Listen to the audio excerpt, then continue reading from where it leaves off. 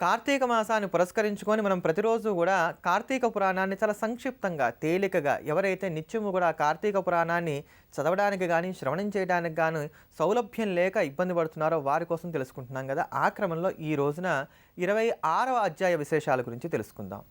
ఎప్పుడైతే సుదర్శన చక్రం ఈ యొక్క దుర్వాస మహర్షి వెనకాల పరిగెత్తడం మొదలుపెట్టిందో, దాంతో ప్రాణభీతి చెందినటువంటి దుర్వాసుడు నేరుగా వైకుంఠానికి వెళ్ళాడు. వైకుంఠానికి వెళ్ళి మహావిష్ణువుని శరణి వేడాడు. మహావిష్ణువు, నేను చేసినటువంటిది చాలా తప్పే. నీ భక్తుడి జోలికి వెళ్ళాను. ఏకాదశి వ్రతాచరణ చేస్తున్నటువంటి అంబరీషుణ్ణి నేను బాధించాలని చూశాను. అందుకు నాకు తగినటువంటి శాస్తే చేసావు మహాప్రభో. ఇప్పటికైనా రక్షించు, కనికరించు. ఈ సుదర్శన చక్రం భార్య నుంచి నన్ను సంరక్షించు. నీకు బ్రాహ్మలంటే చాలా ప్రీతి కదా, ఆవులంటే చాలా ప్రీతి కదా, మరి ఎందుకు ఇలా బ్రాహ్మణిని నన్ను శిక్షిస్తున్నావు అని చెప్పని శరణు వేడాట. వెడితే మహావిష్ణువు అన్నాడు, నువ్వు చాలా తప్పు చేశావు దుర్వాస మహర్షి. నా యొక్క భక్తుడు ఆ సమయంలో ఏం చేయాలో తెలియక నువ్వు అతన్ని శపిస్తూ ఉంటే కళ్ళు మూసుకొని 2 చేతులు కూడా జోడించి, హరి, నా వల్ల ఈ బ్రాహ్మడికి కోపం కలిగింది, ఇతని యొక్క క్రోధాన్ని ఎలా అయినా చల్లార్చు అని చెప్పి నేను శరణి పెడుతున్నాడు గనక ఆ సమయంలో నేనే అంబరీషుడు హృదయంలో ఉండి నీ శాపానంతా కూడా స్వీకరించానే తప్ప అసలు నువ్వు ఏం శాపం పెట్టావో కూడా అంబరీషుడు తెలియదయ్యా. అంతటి పుణ్యాత్మును నువ్వు శపించావు. నువ్వు 10 జన్మలు ఎత్తమని శపించావు కదా, ఆ 10 జన్మల శాపాన్ని అంబరీషుడి బదుగా నేను స్వీకరిస్తున్నాను. అందుకే నేను మత్స్య, కూర్మ, వరాహ, నృసింహ, భార్గవరామ, బలరామ, రామ, బుద్ధ, కల్క్యాది 10 అవతారాలను కూడా స్వీకరిస్తాను. తద్వారా లోకోద్ధరణ చేస్తాను. రెండోసారి నువ్వు మళ్ళీ శపించబోయేసరికి ఏం చేయాలో అర్థం కాక ఇదిగో సుదర్శన చక్రాన్ని మీదకు ప్రయోగించాను. ఇప్పటికన్నా బుద్ధి తెచ్చుకో. ఏకాదశి వ్రతాచరణ చేసేటువంటి వారి జోలికి పోకు. వెంటనే అంబరీషుడి దగ్గరికి వెళ్ళు అని చెప్పని స్వామి హితబోధ చేసినట్టుగా 26వ అధ్యాయం మనకి తెలియజేస్తోంది. ఇటువంటి మరిన్ని విశేషాంశాలు తెలుసుకునే ముందుగా కార్తీక సోమవారాన్ని పురస్కరించుకొని జ్యోతిర్లింగాష్టకాన్ని శ్రవణం చేద్దాం. జ్యోతిర్లింగ స్వరూపుడైనటువంటి పరమేశ్వరుడు యొక్క పరిపూర్ణమైనటువంటి అనుగ్రహాన్ని పొందుదాం.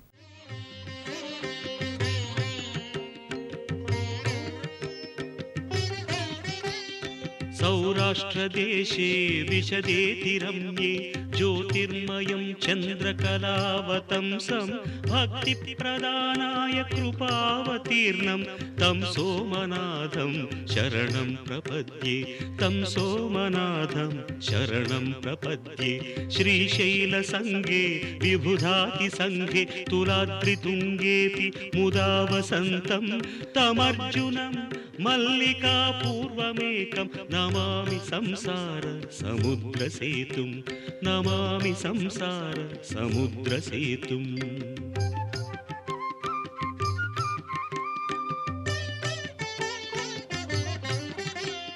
अवन्तिकायां विहितावतारं मुक्तिप्रदानाय च सज्जनानाम् अकालमृत्योः परिरक्षणार्थं वन्दे महाकाल महासुरेशं, वन्दे महाकाल महासुरेशं।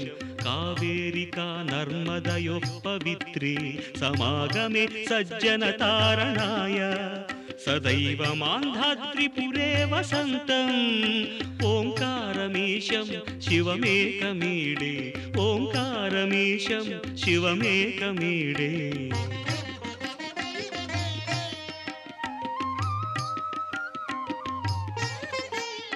पूर्वोत्तरे प्रज्वलिकानिधाने सदा वसन्तं गिरिजासमेतं सुरासुराराधितपादपद्मं श्रीवैद्यनाथं तमहं नमामि, श्रीवैद्यनाथं तमहं नमामि।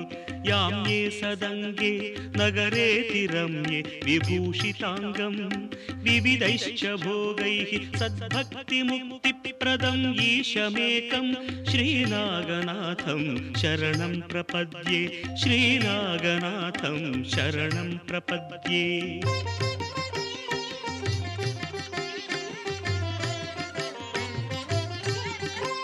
महाद्रिपार्श्वे च तटे रमन्तं सम्पूज्यमानं सततं मुनीन्द्रैः सुरासुरैर्यक्ष महोरगाद्यैः केदारमीशं शिवमेकमी।